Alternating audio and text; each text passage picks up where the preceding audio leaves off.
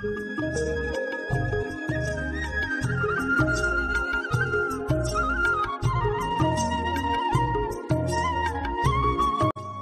Guys, কি অবস্থা সবার? আশা করি সবাই ভালো আছেন। আমিও ভালো আছি। আর দেখতে দেখতে চলে আসলাম মেঘনার পাড়ে, আর যা লক্ষ্মীপুর রামগতি উপজেলায় আলেকজান্ডার নামে পরিচিত। তো মেঘনার পাড়ে এসে কি কি দেখলাম তা দেখতে হলে পুরো ভিডিও জুড়ে আমার সাথে থাকুন। তো চলুন শুরু করা যাক। তো প্রথমে নোয়াখালী মাঝদি থেকে রওনা দিয়ে চলে আসলাম মেঘনা বিচে, আর এসে দেখি জোয়ার চলছে, আর সৌন্দর্য আগের মতো নেই। এত অথই পানি যে বিচের পাথর আর নদী ছাড়া আর কিছুই চোখে পড়ছে না। তখন খুব একটা মানুষ ছিল না। যাই হোক, প্রথমে এসে তো আগের বার থেকে বেশি হতাশ মনে হলো। কি করব বুঝতে পারছি না। তখন ভাবলাম যে চলো একটু নেতার স্টাইলে হাঁটা যাক। এভাবে হাঁটতে লাগলাম, আর হাঁটতে হাঁটতে দেখা মিলল এক আজব গেমের। যাক, কিছু একটা তো পেলাম, দেখি একটু গেম খেলা যায় কিনা। কিন্তু না, এই পিচ্ছি এতটা পাজি যে সে আমাদের ভিডিও করতে দিবে না, উল্টো বলে ভিডিও করলে টাকা দিতে হবে। কি রে ভাই, নিজে তো 2 পয়সা পায় না, তার উপর এত আবদার। যাই হোক, এই পিচ্চিটাকে চিনে রাখুন, সামনে বললে এসব গেমের ফাঁদে পা দিবেন না।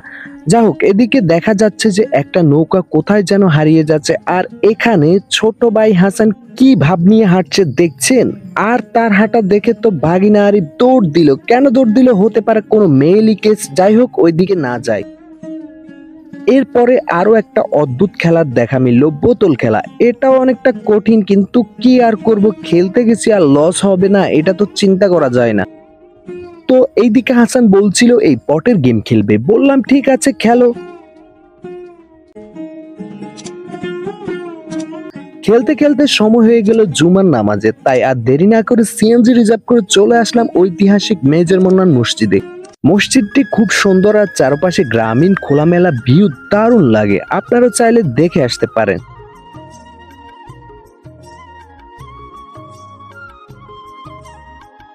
তো জুমার নামাজ শেষ করে দেখলাম খাঁটি গরুর দুধের চা বানায়, তাই চা খেয়ে আবারও রওনা দিলাম। আর যেতে যেতে সময় হলো দুপুরের খাবারের। তো গ্রামের মাঝে অনেক হোটেল খুঁজলাম, ভালো হোটেল খুঁজে পেলাম না। কিন্তু এই হোটেলে কি বলবো, এক টুকরো 5 স্টার। যেমন সুন্দর হোটেলটি তেমন খাবারের মান। তো খাবারের সময় সবাই খেতে বসলেও ভাগিনা আরিফ নেতার পোজে চেয়ারে বসে বয়ান দিচ্ছে, আর তার বয়ানে কি খাবো, পেট তো এমনিই ভরে গেছি। যাই হোক, দুপুরে খাবার শেষ করে আবার রওনা দিলাম বিচের দিকে। আর যাওয়ার সময় এক মেয়ে হাসানকে কি যেন বললো, এই তো খেলা শুরু হয়ে গেল, ধাওয়া পাল্টা দেওয়া। কিন্তু মেয়েটির আর খোঁজ পেলাম না। এভাবে আবার বিচে ফেরা, আর বিচে আসার পরে এই বাচ্চাগুলো পানিবিহীন নৌকার সাথে ছবি তুলতে ব্যস্ত হয়ে গেছে। সেই লেভেলে ফটোগ্রাফি করছে, আর এই দিকে আমি প্রাকৃতিক সৌন্দর্য উপভোগ করছিলাম। আহা, কি সুন্দর আকাশটা। আর দেখতে দেখতে হঠাৎ দেখা মিলল নদীতে চিংড়ি মাছ ধরার দৃশ্য, আর নিজেকে সামলাতে না পারে চলে আসলাম চিংড়ি মাছগুলো দেখতে। তো এরপরে এক বয়স্ক চাচা দেখলাম ভাটিয়ালি গান গাইছিল। পরে চাচাকে অনুরোধ করলাম আমাদের একটা গান শোনাতে। যেই কথা সেই কাজ, চাচা সুন্দর একটা গান শোনালো। হ্যাঁ, একটা গান গান গান সুখে জ্বলছে আগুন বাতাসে। এরপর পরে হাঁটা শুরু করলাম, যেদিকে দু চোখ যাই ওইদিকে। কিন্তু এটা দেখার জন্য আমি মোটেও প্রস্তুত ছিলাম না। সব সৌন্দর্য তো এখানেই দেখছি। এখানেই এসে দেখলাম জেলে পল্লী, কি সুন্দর নৌকা সারি সারি করে রাখছে।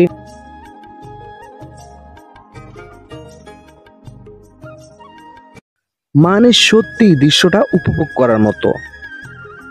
তো কতক্ষণ জেলেপল্লিতে ঘুরলাম। এখানে এসে দেখলাম বরফ কলে কেউ বরফ নিয়ে যাচ্ছে, কেউ জাল বুনছে, আর কেউ আবার মাছ ধরতে যাচ্ছে। মানে তাদের জীবন জীবিকা এই নদী আর নৌকা নিয়ে ঘেরা।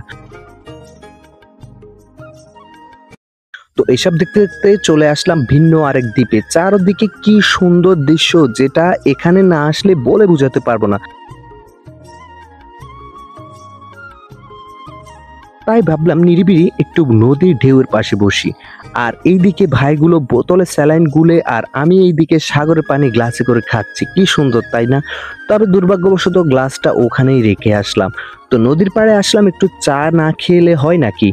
পরন্ত বিকেলে চা খেয়ে একটু রিল্যাক্স ফিল করলাম। এইদিকে রাব্বিও রিল্যাক্স করছে। তো এবার সময় হয়েছে একটু নদীতে নামার। সবাই ভয় পাচ্ছিল নামতে, আমি আবার এসব ভয় ডর রাখি না।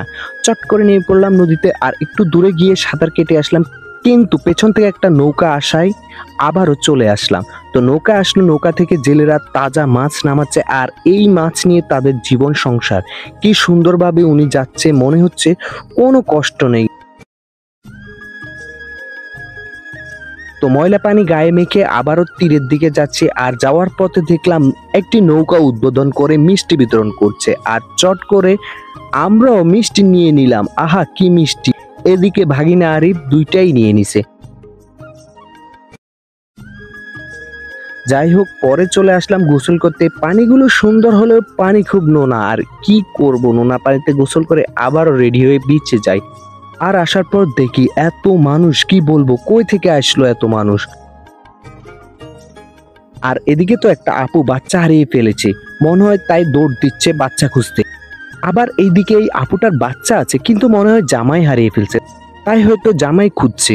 তো এইদিকে ঘটি গরম মামা ঘটি গরম করে সবাইকে নরম করে দিতে চাইলেও কেউ নরম না হয়ে গরম হয়ে সবাই ছবি তোলে আর এই আহাম্মক গুলার মতো টিকটক নিয়ে ব্যস্ত। তো যাই হোক, এভাবে দেখতে দেখতে সন্ধ্যা হয়ে গেল আর আমাদের ঘোরাঘুরি সমাপ্তি ঘটলো। পরের বার সবাই কোথায় যেতে চান তা জানিয়ে কমেন্ট করুন, আর ভালো লাগলে অবশ্যই শেয়ার করতে ভুলবেন না। তো দেখা হবে নতুন কোনো ভিডিওতে, ততদিন ভালো থাকুন, সুস্থ থাকুন। আর একটা কথা, আমাদের একটা ইউটিউব চ্যানেল আছে, ভালো লাগলে সেখানে সাবস্ক্রাইব করে আসতে পারবেন। তো ধন্যবাদ, আজকের মতো বিদায় নিচ্ছি, আল্লাহ হাফেজ।